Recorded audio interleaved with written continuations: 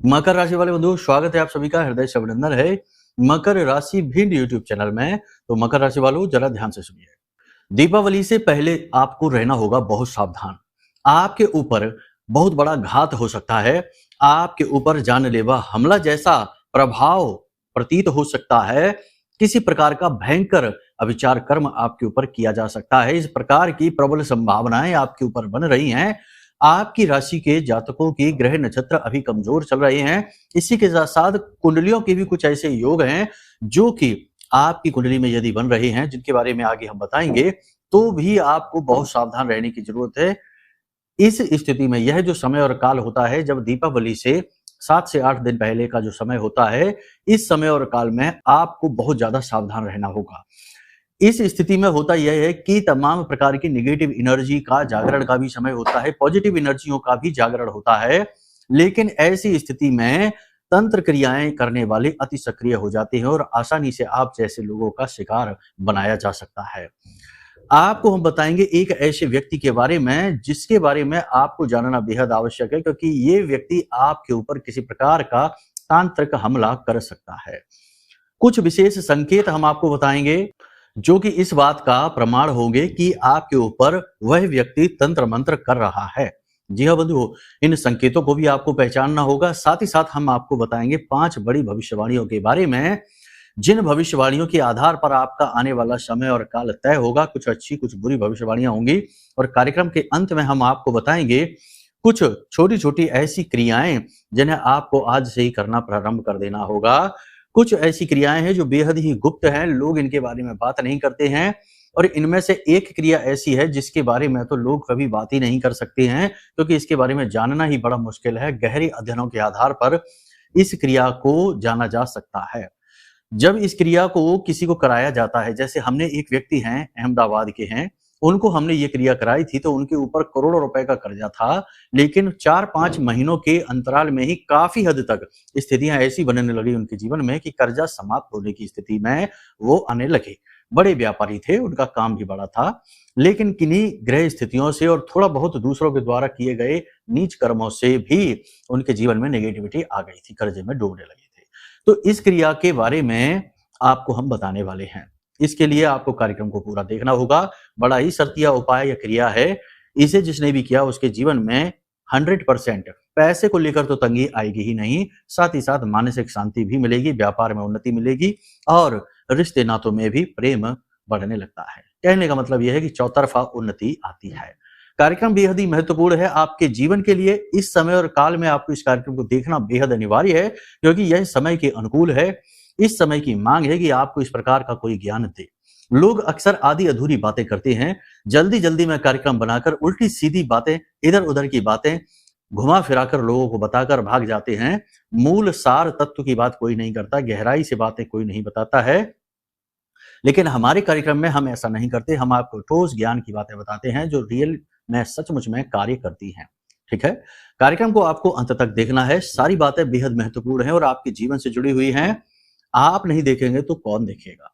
उम्मीद करते हैं सारी बातें आप समझ रहे हैं। चलिए अब अपने कार्यक्रम को शुरू करते हैं। महामाई को आभार व्यक्त करते हुए कमेंट बॉक्स में लिख डालिए, जय मां भद्रकाली कृपा करो। माता रानी ने निश्चित तौर पर आपके ऊपर कृपा की है, तभी यह कार्यक्रम आप तक पहुंचा है। अगर भाव गहरा है तो यह भी लिख देना कि मैं भी माई के परिवार का हिस्सा हूं। माता रानी के परिवार का हिस्सा बनना बड़े सौभाग्य की बात है। आपको वह सौभाग्य प्राप्त हो चुका है। इस अवसर को न जाने देना, जल्दी से लिखिए। चलिए अब अपने मूल विषय को शुरू करते हैं। बात करते हैं 5 बड़ी भविष्यवाणियों की, फिर उसके बाद बात करेंगे उस व्यक्ति के बारे में जो अविचार कर्म क्रिया आपके ऊपर कर रहा है और आपको उसके बारे में जानना अत्यंत आवश्यक है।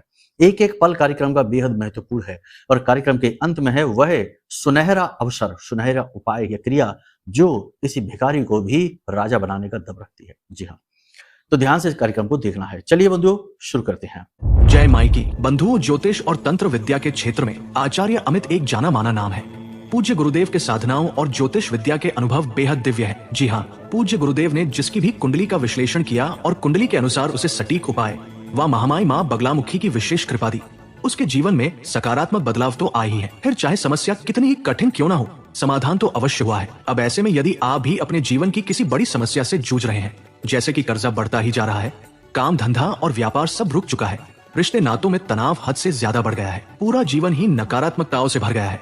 तो ऐसे में यही सही समय है जब आप श्रेष्ठ गुरु से मार्गदर्शन प्राप्त करें और जीवन के अंधकार को समाप्त कर दिव्य प्रकाश की ओर कदम बढ़ाएं। वीडियो में दिए गए नंबरों पर तुरंत संपर्क करिए और अपनी कुंडली का विश्लेषण व समाधान पूज्य गुरुदेव के द्वारा करवा लीजिए। देर ना करें, आपके देवी देवताओं के आशीर्वाद से ये मौका खुद चलकर आपके पास आया है, इसे गंवाना नहीं है। अभी फोन करें और गुरुदेव से मार्गदर्शन प्राप्त करें। महामाई आपका कल्याण करें। धन्यवाद। सबसे पहली बात, आपका फोकस 3 जगह पर रहेगा। पहला, अपनी आमदनी को बढ़ाने में, दूसरा कर्जे को चुकाने में, और तीसरा अपने परिवार की खुशियों को यानी अपने परिवार के लोगों के साथ समय बिताने में। इनमें कितना आप सफल हो पाते हैं कितना नहीं, ये आगे कार्यक्रम में देखते हैं। बात करते हैं परिवार की ही। परिवार में माहौल वैसे तो ठीक रहेगा, लेकिन परिवार के किसी एक व्यक्ति से, खास तौर से घर के बड़े बुजुर्ग के साथ में आपका मानसिक मतभेद, वैचारिक मतभेद स्पष्ट दिखाई देगा। ऊपर से तो सारी स्थिति बहुत ही नॉर्मल दिखाई देगी, सब कुछ ठीक लगेगा, लेकिन जैसे ही लोग बैठकर बात करना शुरू करेंगे तो आपके पुराने जख्मों को कुरेदना शुरू हो जाएगा और आपको वहां से उठना पड़ेगा। यानी कि वातावरण ऊपर से अच्छा है लेकिन अंदर गहराई में आपके लिए कालिक है। तो आपका यहाँ पर कहने का मतलब ये है कि आप अपने परिवार के साथ यदि ज्यादा समय बिताने की कोशिश करेंगे, परिवार का मतलब है कि समग्र भरपूर बड़े परिवार के साथ में अगर आप रहते हैं तो स्थिति ये बनेगी, तो आप परेशान हो जाएंगे। इसलिए आप जितना हो सके इस समय और काल पर एकांकी रहिए। एकांकी से मतलब है अपना काम करिए, अपने आप बारे में विचार करिए, आत्म मंथन करिए और अपने स्वास्थ्य, अपनी सेहत, अपने काम के बारे में ही विचार करिए। यह ज्यादा बेहतर रहेगा। लोगों से ज्यादा संपर्क में आना, लोगों से ज्यादा बात करना आपके लिए अच्छा नहीं है। वैसे भी ये कभी भी अच्छा नहीं रहा है तो अभी भी अच्छा नहीं रहेगा, क्योंकि लोग अक्सर यही करते हैं कि दूसरों की कमजोर नसों को दबाते हैं और जब लोग व्याकुल होते हैं तो उन्हें आनंद आता है। आपके साथ भी ऐसा ही होता है।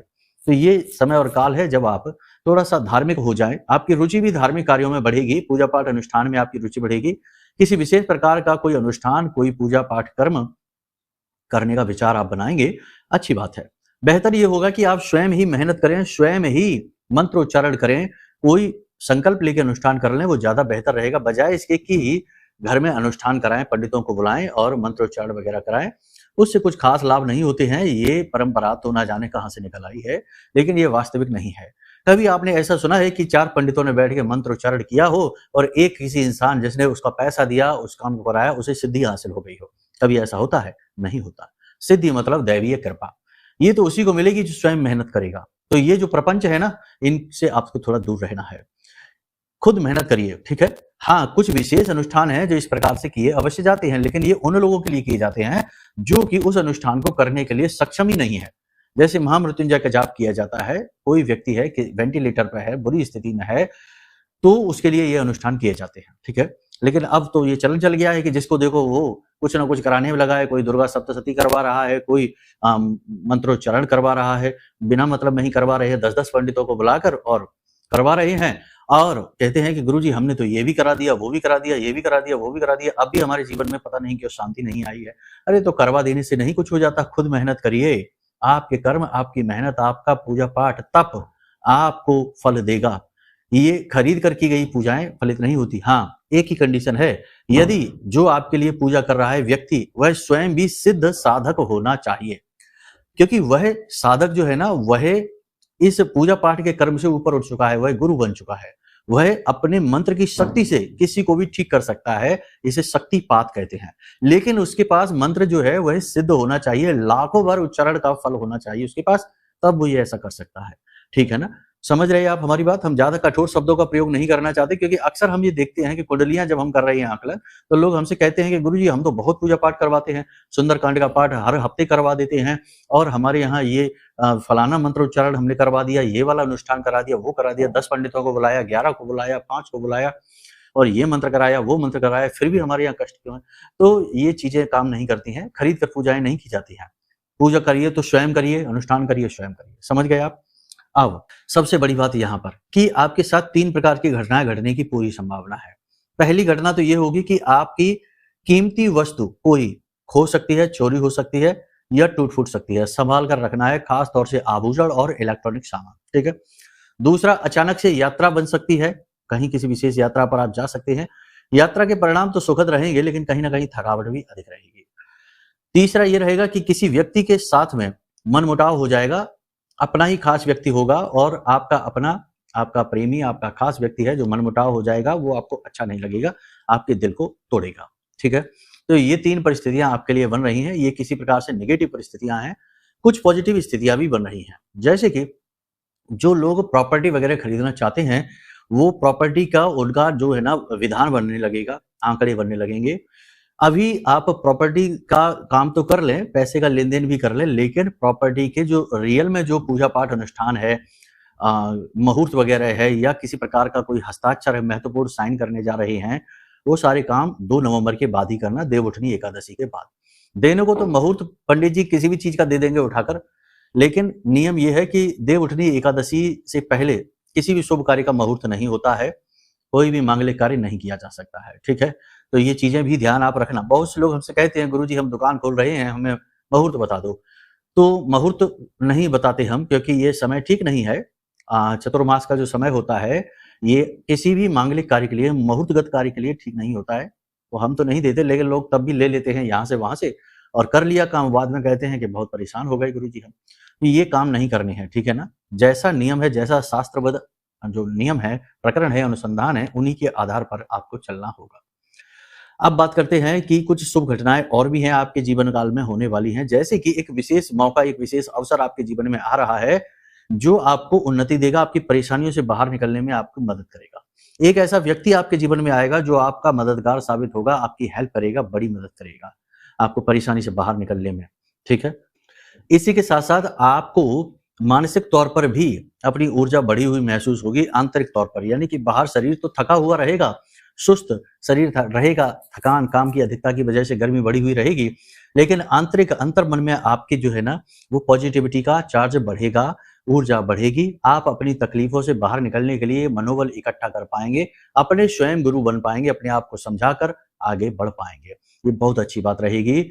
स्वास्थ्य पर आपको ध्यान देने की आवश्यकता रहेगी। स्वास्थ्य आपका खराब हो सकता है, त्वचा पर किसी प्रकार का कोई रोग हो सकता है, पेट में किसी प्रकार से दर्द हो सकता है, दस्त वगैरह भी लग सकते हैं, गले और छाती में इन्फेक्शन हो सकता है। ठीक है? तो थोड़ा-सा संभल कर रहने की आवश्यकता है। वाहन आदि आपको संभल कर चलाने की आवश्यकता है। शनि वक्री चल रही हैं, राहु अति प्रबल हो चुके हैं और आने वाले समय में यानी 17 तारीख को सूर्य देवता नीच के हो रहे हैं और 18 तारीख को गुरु भी नीच के हो रहे हैं और कर्क राशि में जाकर मारक हो जाते हैं। तो कहने का मतलब ये है कि इस समय और काल पर वाहन आपको बहुत संभल कर चलाना होगा और किसी भी शॉर्टकट को नहीं लेना है। अपने काम को बनाने के लिए कोई गलत तरीके को नहीं अपनाना है। जैसे घूस रिश्वत देकर काम कराने की कोशिश आप ना करें, ये ठीक नहीं रहेगा। बच्चों के भविष्य को लेकर आपको चिंता रह सकती है, चिंता सता सकती है, लेकिन चिंता करने की आवश्यकता नहीं है। हो सकता है कि आप बच्चों के मन के भाव को समझ नहीं पा रहे हैं, थोड़ा-सा उनके साथ प्रेम के साथ बात करिए, दोस्तवत व्यवहार करिए और मित्रवत व्यवहार करके उनके मन को समझने की कोशिश करिए। हो सकता है कि आपको जो लग रहा है वैसा है नहीं, ठीक है?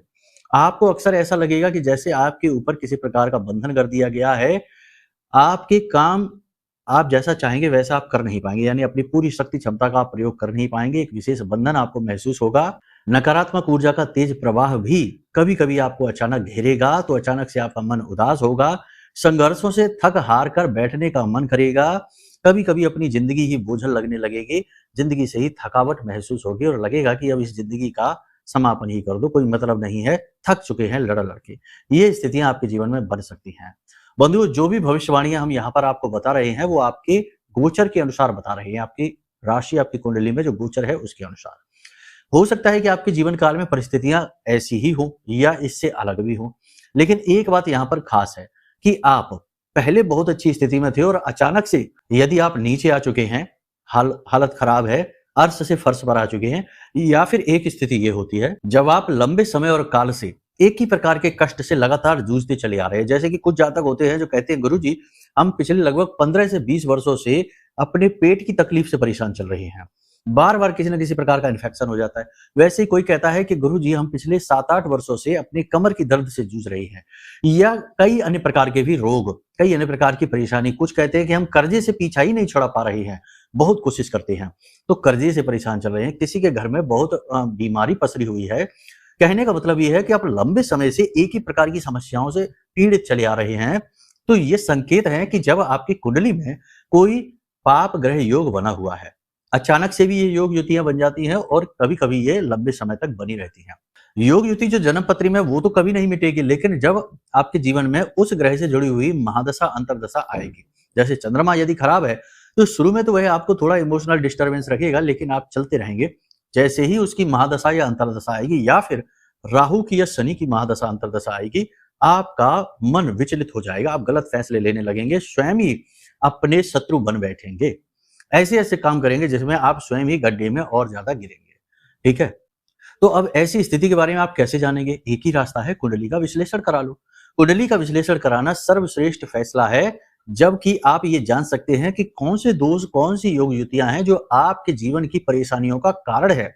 और जब आप कारण जान गए तो उपायों के माध्यम से उसका निवारण भी किया जा सकता है। ये बिल्कुल वैसा ही है जैसे कि डॉक्टर के पास हम अपनी मेडिकल रिपोर्ट लेकर जाते हैं और डॉक्टर रिपोर्ट देखकर बीमारी को जांचकर उसके अनुसार उपाय यानी कि दवाई दे देता है और हम ठीक हो जाते हैं। ऐसे ही कुंडली के जो उपाय होते हैं वो बड़ी जल्दी कार्य करते हैं और कुछ ही दिनों में अचानक से जीवन अपनी गति में आ जाता है। तो आपको इस समय और काल पर यह करना है कि अपनी कुंडली का आकलन कराना है। हम जानते हैं कि आप परेशान चल रहे हैं, समस्या आपको घेर कर बैठी है, आप पीछा नहीं छुड़ा पा रहे हैं, तो यह सही समय है, इसमें आप अपनी कुंडली के आकलन का फैसला लीजिए। ठीक है, श्रेष्ठतम कुंडली आकलन हम करके देंगे, उपाय देंगे जो अचूक होंगे। अब तक चूके ही नहीं कभी, तो आप और कैसे चूक जाएंगे? अचूक उपाय दे देंगे, आपका काम बन जाएगा, आपकी जिंदगी दौड़ने लगेगी। ठीक है, तो ये कार्य आपको करना है। दूसरा, अब हम आपको बताते हैं कुछ उपाय और क्रियाएं। देखो, ज्यादातर लोग, ये जो समय और काल है ना, कलयुग का समय है, ये राहु प्रधान समय है। यहाँ पर लोग, आप देखते होंगे अब जो गतिविधियां, यानी लोग मान मर्यादाएं भूलते जा रहे हैं, भाषा शैली बिगड़ती जा रही है, पहनावे भद्दे होते जा रहे हैं, विचार लोगों के बड़े ही हल्के, बड़े ही ओछे विचार होते जा रहे हैं, उम्र का लोग लिहाज नहीं करते हैं। 60-60 साल के लोग जो है ना, वो ऐसी ऐसी बातें करते हैं कि 20 साल के बच्चे भी शर्मा जाएं।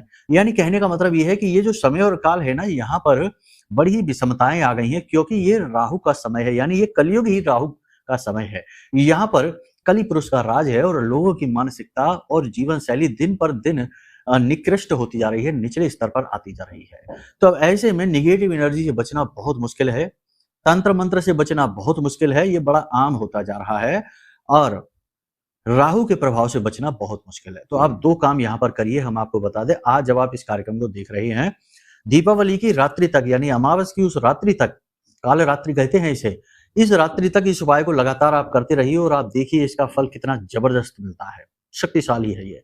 इससे राहु का प्रभाव आपके ऊपर जो नेगेटिव होगा, और होगा ही 100%, कुंडली आप दिखा लो, हम आपको बता देंगे। राहु का जो प्रभाव नेगेटिव है वह समाप्त होने लगे। और राहु का ये ना समझना कि 4 संकेत किसी ने बता दिए तो वही है, राहु के प्रभाव के सैकड़ों संकेत हैं। बहुत तरीके से राहु पीड़ित करता है, कभी कभी तो पता ही नहीं लगता लोगों को कि हम राहु की पीड़ा में हैं और वो राहु से पीड़ित रहते हैं। तो ये उपाय कर लो, कुछ नहीं जाता है, जाता ही क्या है, थोड़ी सी सामग्री है, बस जरा सी मेहनत है। क्या करना है, ध्यान से सुनिए।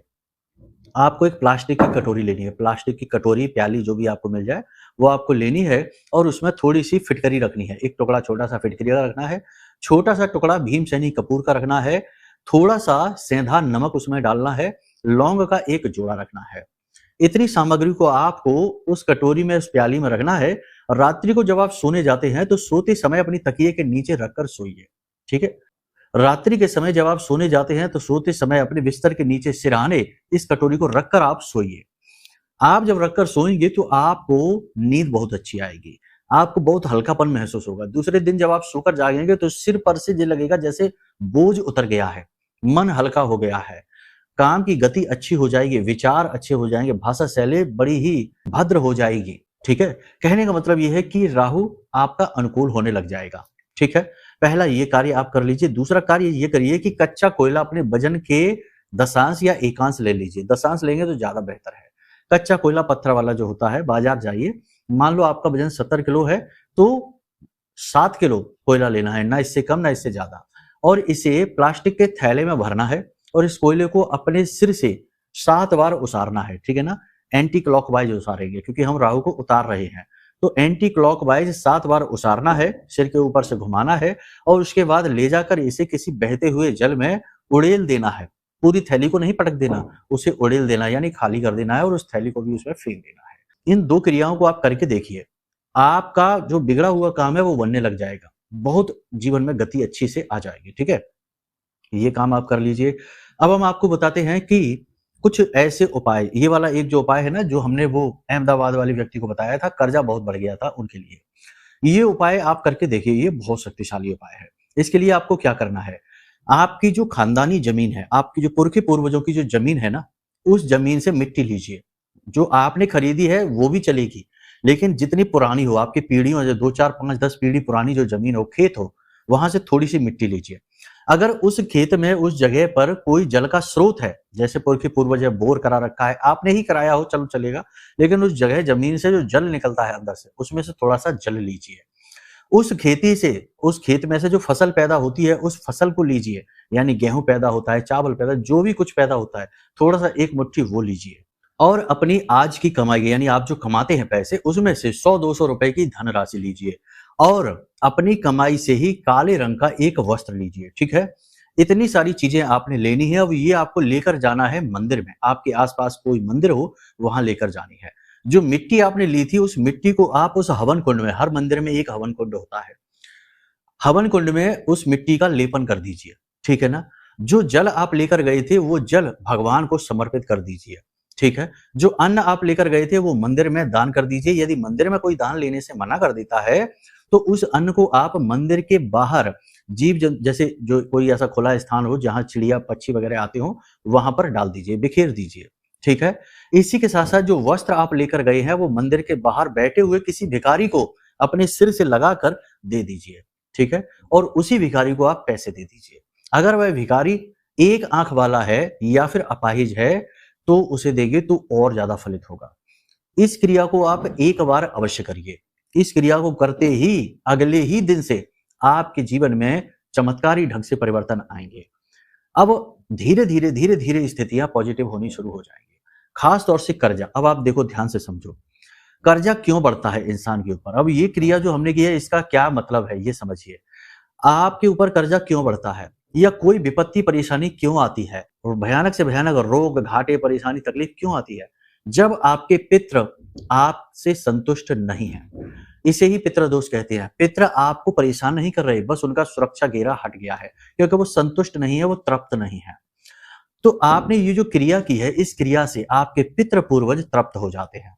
साथ ही साथ निगेटिविटी जो ग्रहों से आ रही है, और सबसे ज्यादा निगेटिविटी किससे आती है, राहु से और शनि से, तो ये निगेटिविटी भी समाप्त हो जाती है जब आप काले कपड़े को दान करते हैं और धन का दान करते हैं भिखारी को। जब आप अपनी जमीन की, यानी अपनी पुरखे पूर्वजों की जमीन से मिट्टी लाकर और हवन कुंड में लगा देते हैं, तो वह मिट्टी हवन कुंड में जाकर पवित्र हो जाती है, यानी पुरखे पूर्वजों को तुरंत मुक्ति प्राप्त होती है, तुरंत उन्हें असीम शांति का अनुभव होता है। जब आप जल भगवान को समर्पित करते हैं, जैसे शिवलिंग पर जल चढ़ा दिया या हनुमान जी के मंदिर में जाकर उन्हें आचमनी से जल समर्पित कर दिया, उनके चरणों में जल डाल दिया, तो इससे आपको जल देवता यानी कि चंद्रमा अनुकूल हो जाता है और आपके पुरखे पूर्वजों को वह जल बल प्रदान कर देता है। हमने पहले ही आपसे कहा था कि पितरों को बल जल से सबसे अधिक प्राप्त होता है, तभी तो तर्पण किया जाता है। कुल मिलाकर ये क्रिया ऐसी क्रिया है जो चहुमुखी आपको सुरक्षा प्रदान करती है, साथ ही साथ ग्रहों को अनुकूल करके आपके जीवन में जो बाधा है उसे समाप्त करती है। इस क्रिया को आप एक बार अवश्य करके देखना और फिर इसके परिणाम क्या आते हैं आप हमें बताना। अब कुछ बातें हैं विशेष जो ध्यान रख लो। पहली चीज ये कि अगर आपके मन में भाव नहीं है, आप लालच से जाते हैं, आप डाउट लेकर जाते हैं, तो आप समझो कि अगर आप मन में शंकाएं लेकर जाते हैं तो फिर तो डॉक्टर की दवाई भी नहीं काम करती। तो ये तो उपाय हैं, क्रियाएं, ये तो ऊर्जाओं का संतुलन बनाने की कोशिश है। और यहाँ तो भाव यानी आपके मन का विश्वास सबसे महत्वपूर्ण रोल निभाएगा। तो वो तो बहुत पहले, सबसे पहले वही चाहिए, तो भाव तो होना ही चाहिए।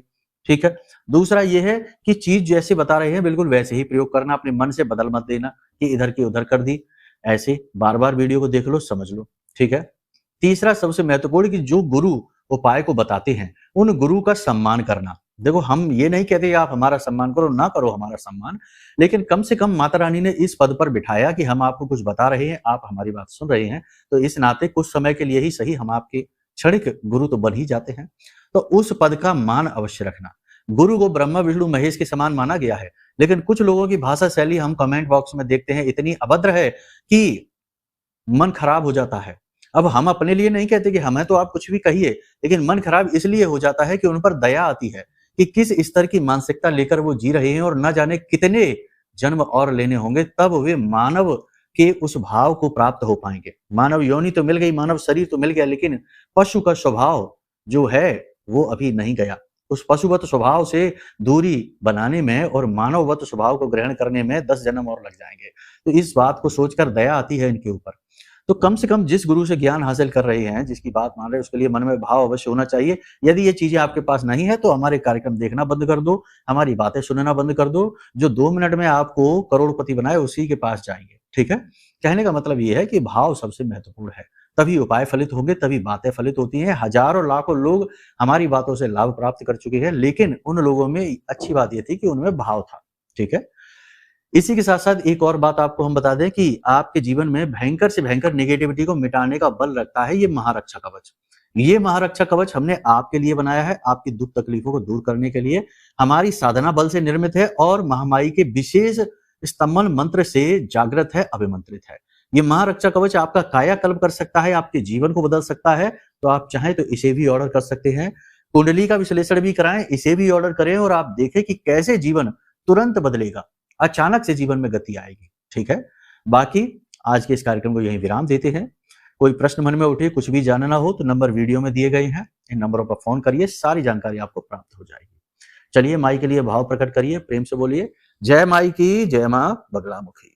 हमारे प्रिय और परम पूज्य आचार्य जी ने अपनी साधनाओं के अनुभवों पर आधारित शक्तिशाली उपाय और क्रियाओं के माध्यम से हजारों लोगों के जीवन को पूरी तरह से बदला है।